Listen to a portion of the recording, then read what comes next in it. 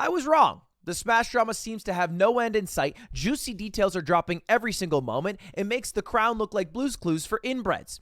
Anyway, today is no exception. A huge bomb was dropped by former Panda CEO, Dr. Allen. A 31-page dissertation.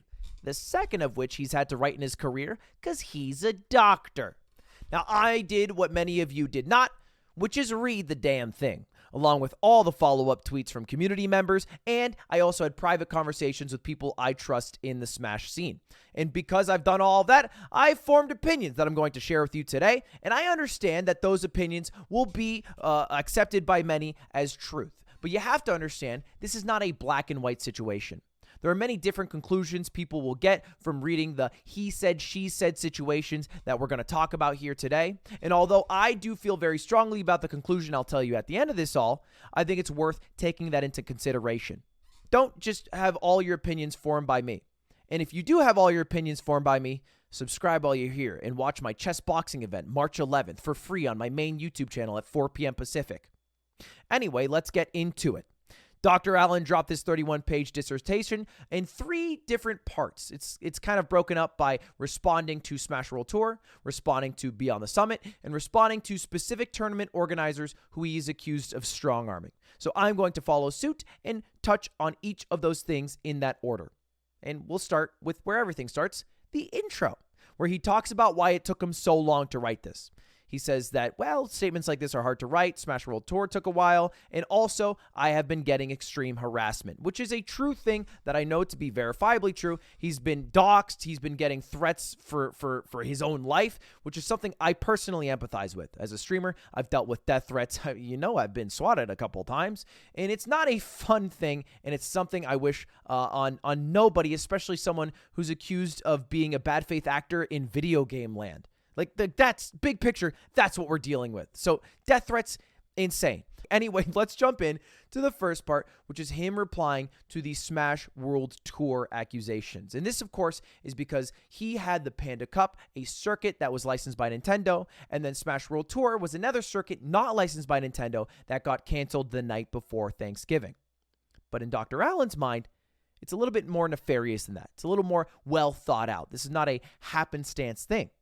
In fact, Smash World Tour was the perfect gambit for VGBC, the company that originally made it, because VGBC was feeling pushed out from the community after losing a lot of ground to Beyond the Summit, a broadcaster that got a lot of tournaments on their side in 2019, 2020, 2021. And so their big idea, their big baby, their big gambit was Smash World Tour.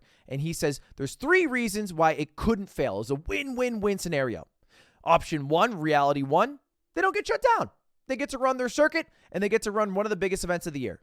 Option 2, if they do get shut down, they can use the threat of social media to get them to actually get a license so they can run it, like EVO 2013. Or option 3, they get shut down, and they're the martyr of the community, and the community rallies behind their events to support them. Now, on paper, I think the logic tracks. I think this all makes sense, and I honestly operate with the same mentality. You know, I've said many times, sue me, Nintendo, after saying, hey, Aiden, let's run a tournament in 3 days. And that's really how I feel. I wouldn't care if they sued me, because I know the community would be on my side because of Nintendo's track record with the community. They usually try to shut it down more than uplift it, and I'm someone who has gained a lot of community support because pretty much all I do is lose money on those fucking events anyway. So I could believe that maybe this same logic would apply to VGBC. Except it doesn't. Because we live in the third world, where they got shut down and now they're the martyr. But are we really rallying behind their new events? How does that make sense? Because Smash World Tour and VGBC announced a week ago that not only did they cancel the Smash World Tour finals, they also canceled both of their upcoming majors, Glitch Duel of Fates and Double Down 2023.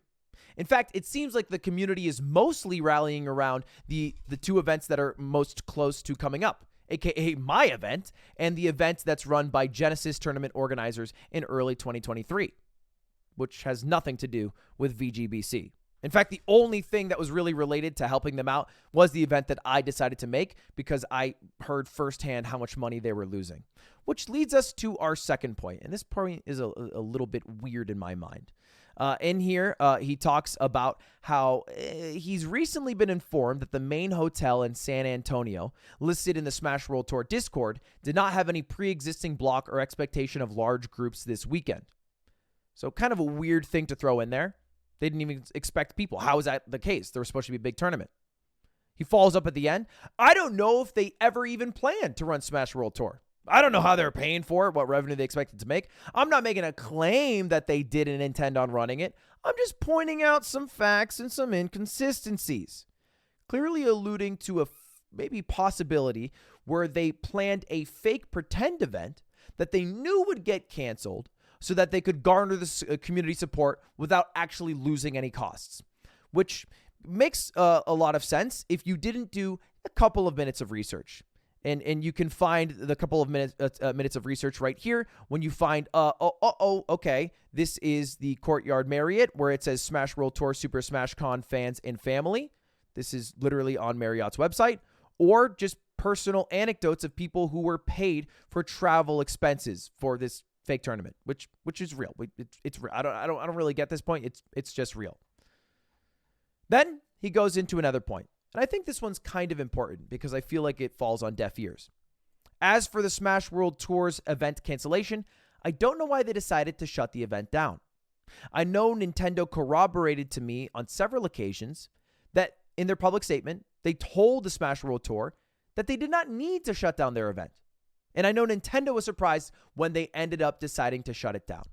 So this kind of falls in line with the, hey, maybe it is a pretend tournament because Nintendo didn't even tell them to shut it down and they decided to shut it down anyway. Now, it is a fact that VGBC, Smash World Tour, did not get a cease and desist. They read in between the lines of a conversation they had with a Nintendo rep after they were told they were not going to get a license. They asked, hey, can we operate without a license? And they were told those days are over. I might be misremembering the quote, but that was how the conversation went. Those days of operating without a license are over. Now, if Nintendo did not have a history of shutting down events that they alluded might get shut down if you continue on doing it without a license, then I would be on Alan's side 100%. But historically, when Nintendo has threatened or alluded that an event might not fall under what they are okay with, and you continue to do that event, like what happened with the Big House Online in the middle of COVID, a tournament that Nintendo told them they probably shouldn't be running, and they went ahead and ran it, they received a true cease and desist. They do wait until the last possible second to do a real cease and desist because the backlash that follows with a formal C&D. So it's really more tongue-in-cheek. But I can totally believe that it's not worth taking the risk to keep pushing forward on the event and then losing even more money because you didn't heed the first warning from Nintendo, who has historically shut down events for much less. Now, it's not the same situation as a Big House Online because they used mods that Nintendo was okay with. And in this situation, it's because other reasons, health and safety, I guess. But I think the analogy holds, and I think the historical evidence of Nintendo shutting down events matters. And let's get to the next point. And this is the final point here. In terms of having prior knowledge of Smash World Tour's shutdown, we moved our finale to the weekend before Christmas. A terrible day because Smash World Tour took our day. If we knew they were getting shut down, then why would we not just keep the date? Why would we move to a worse date? And I assume the answer here is more politics. You can't play your hand that openly. You can't just take the same date that someone else takes and say, well, you're just going to get shut down anyway because it would look bad. But the mountain of evidence of people who are backing up the fact that they have heard Alan, you say that the Smash World Tour is going to get canceled is crazy. Here's a member of Beyond the Summit staff who heard it. Here is Bobak, the tournament organizer for Genesis, who said he heard you talk about Smash World Tour getting canceled. And then here is another tournament organizer for Battle of BC, who said, I was told verbatim that Smash World Tour won't exist anymore. In November 2021, a year before Nintendo told them they wouldn't get a license. So I think it's pretty safe to say that Alan isn't being as open and as honest as he would like people to believe in the statement about what he knew. I think he did know that Smash World Tour didn't have a good chance of getting canceled. I don't think he had the power to shut it down himself, or he was just pulling the strings from behind the curtains. But I do believe he had knowledge that maybe even the people who were running the event did not.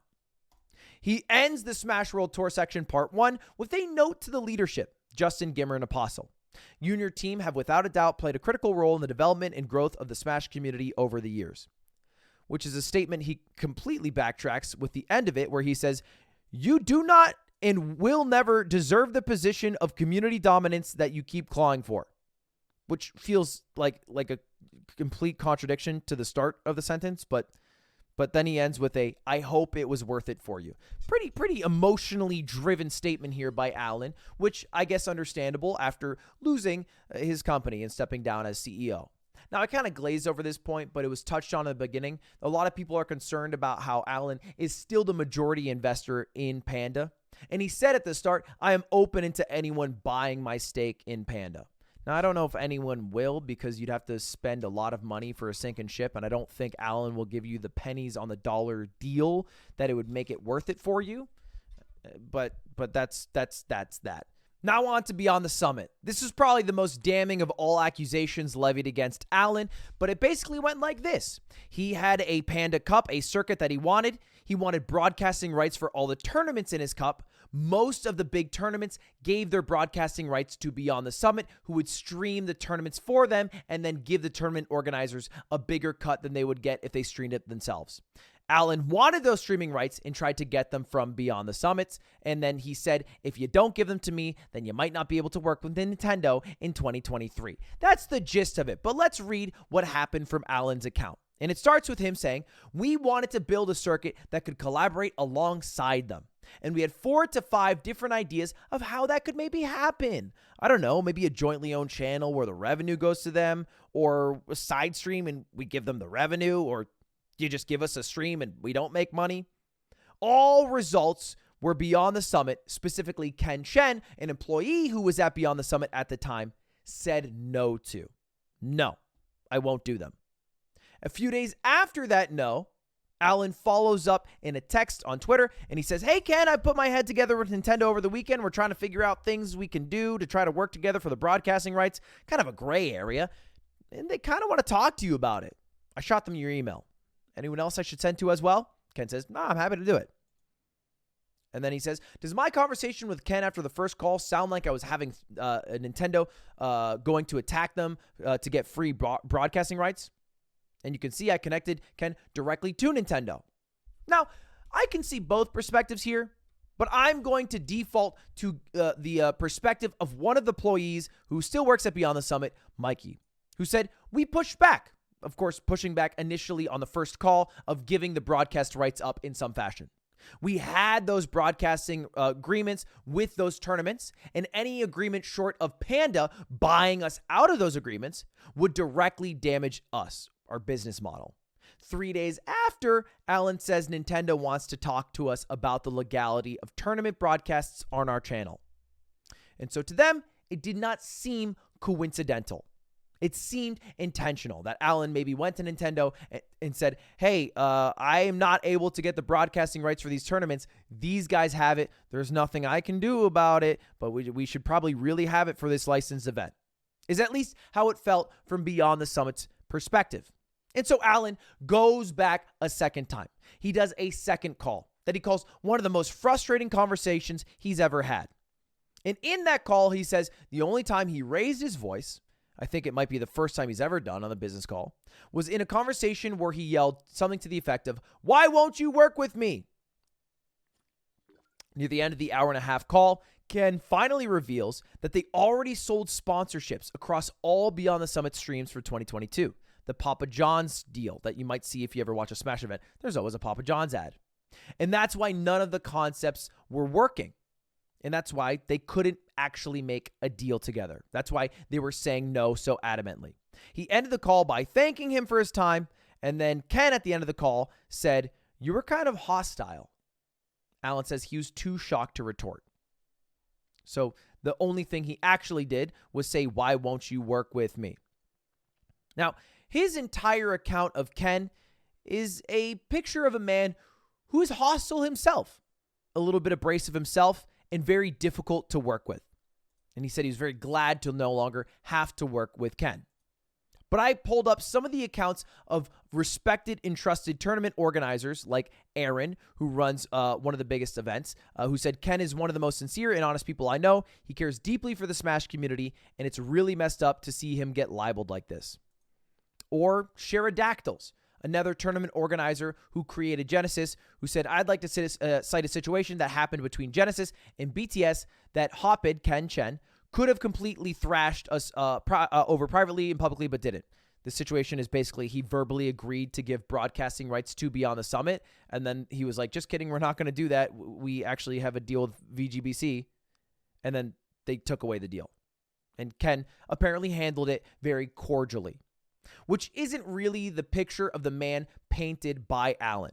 In fact, Alan's like, hey, I was maybe the cordial one, and if anything, Ken was kind of the one that was out of pocket. But that doesn't even back up the statement made by his own company, Panda. In their first statement, they acknowledged and regret the interaction between Alan and Beyond the Summit, in which he spoke in a manner which did not reflect either guidance from Nintendo or our own standards. Is it really such a high bar that you can't yell, why won't you work with me? Or is there perhaps more to the conversation? Now, a lot more of this is he said, she said stuff.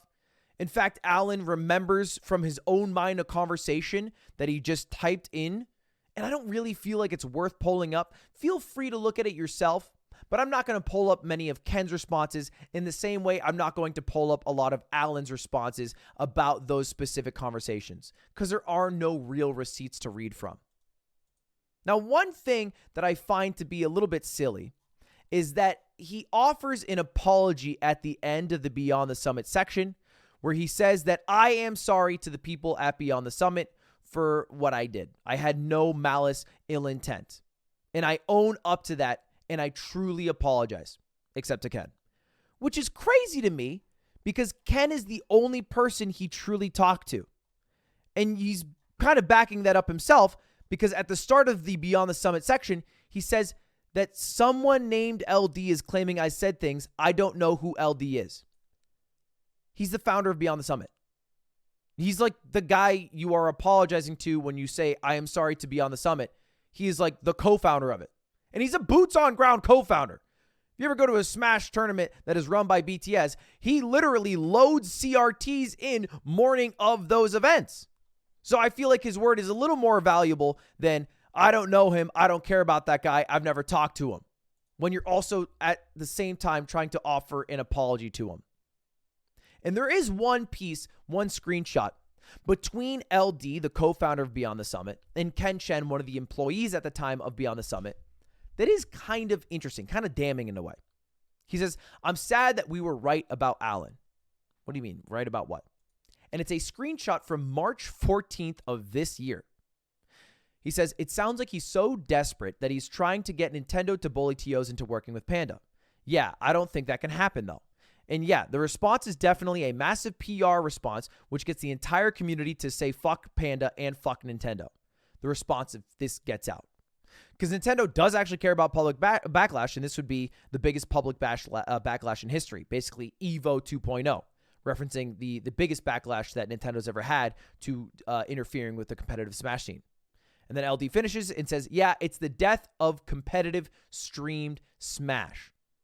A situation where this exact thing that we are living in would happen. They predicted it 8 months before we've actually experienced it, which I think is crazy. That kind of wraps up the Beyond the Summit section.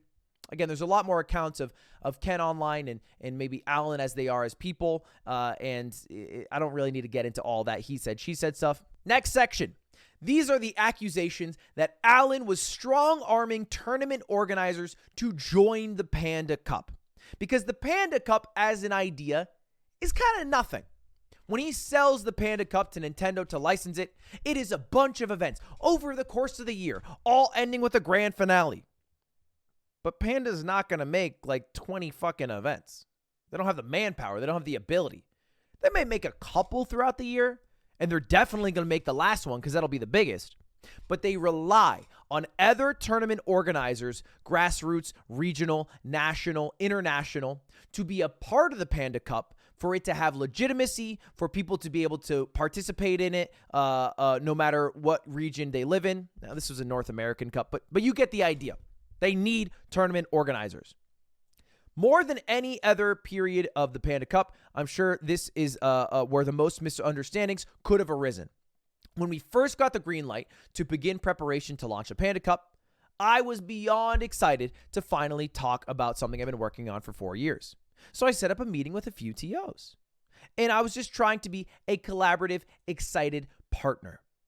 But it's not exactly how things went down, because TOs by nature are a careful bunch and they've been burned before. So it turns out they were just kind of looking behind themselves for an ambush, even when there wasn't one coming.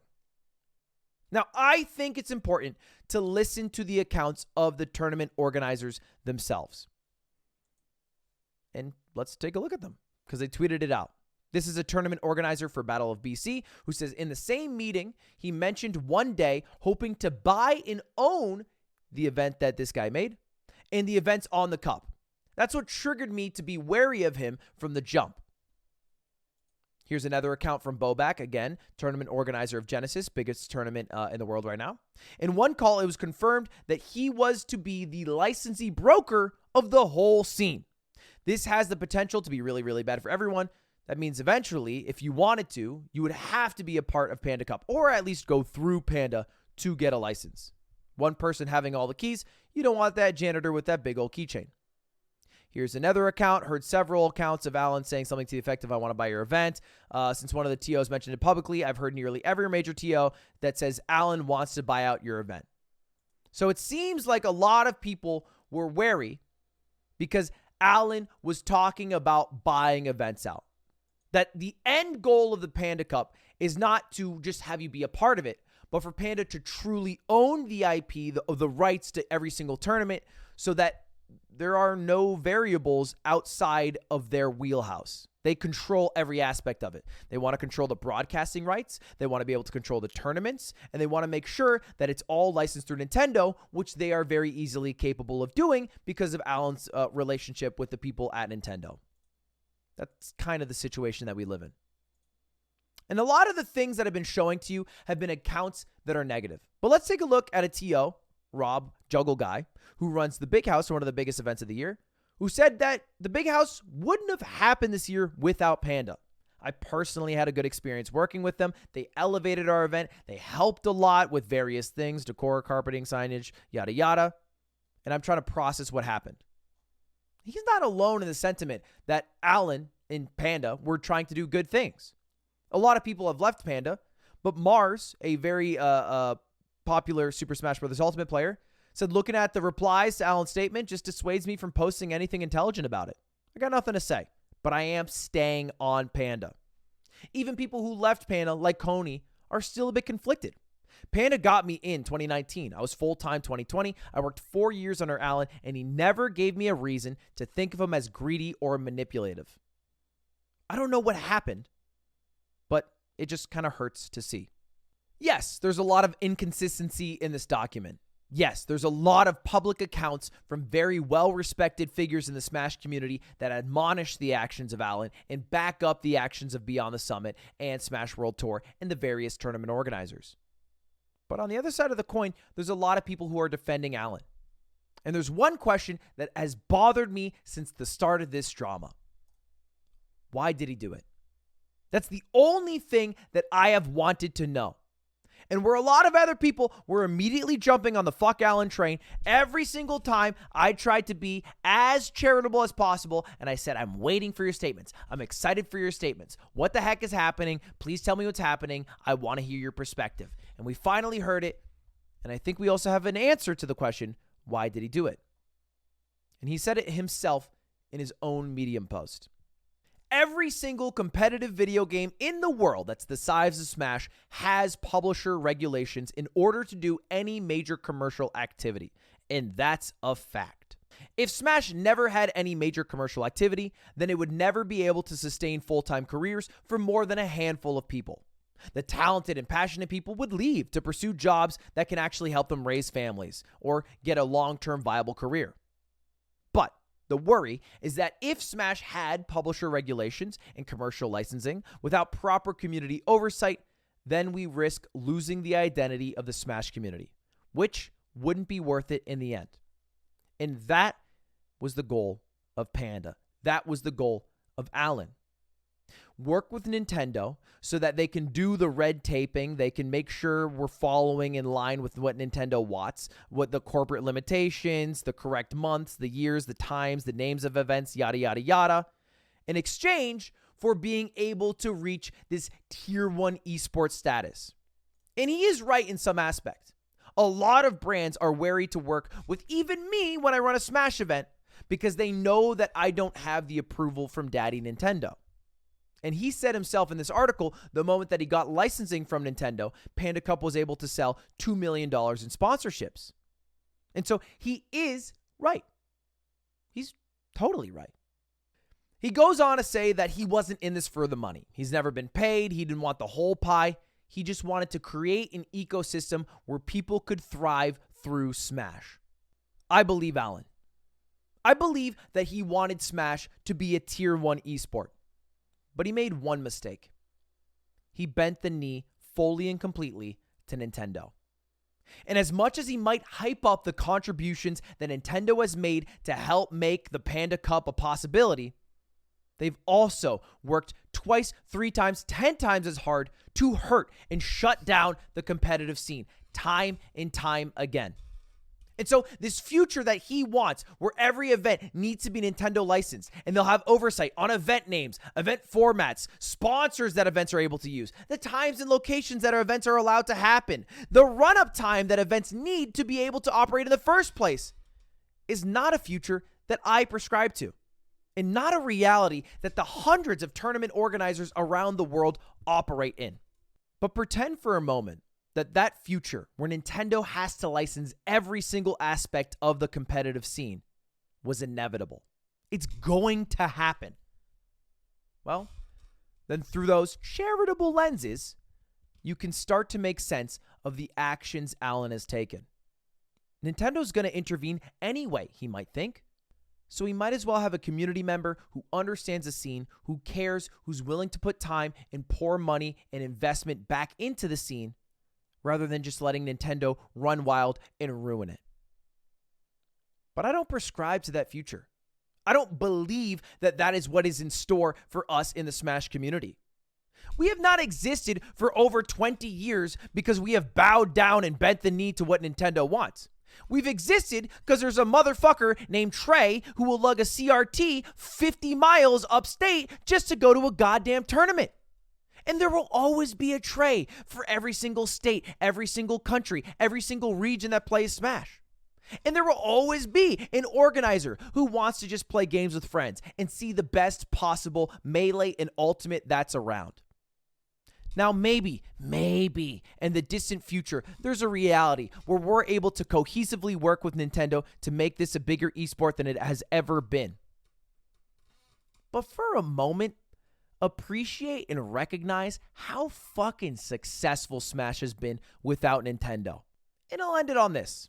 Alan said, I remember reading a funny tweet once where they said esports industry is a losing racket and the only respect-worthy people are the ones that take VC money and give it to their homies. I laughed mostly because it made me realize I built a company that never took VC money yet still poured millions of dollars into the homies and was sustainable. And now that Panda's no longer around, there's one millionaire left who will give it to the homies and is also sustainable. Thanks for watching, and I'll see you guys around. Goodbye. See you later. All right, subscribe, because that's how I stay being a millionaire. Being a millionaire is good. Maybe I should be a billionaire. That would be even better. All right, I'm going to go now. All right, that's 4 a.m. It's 4. I've been doing this for 7 hours. Cutie's texting me, so worried. I'm going to go. It's so late. Good night.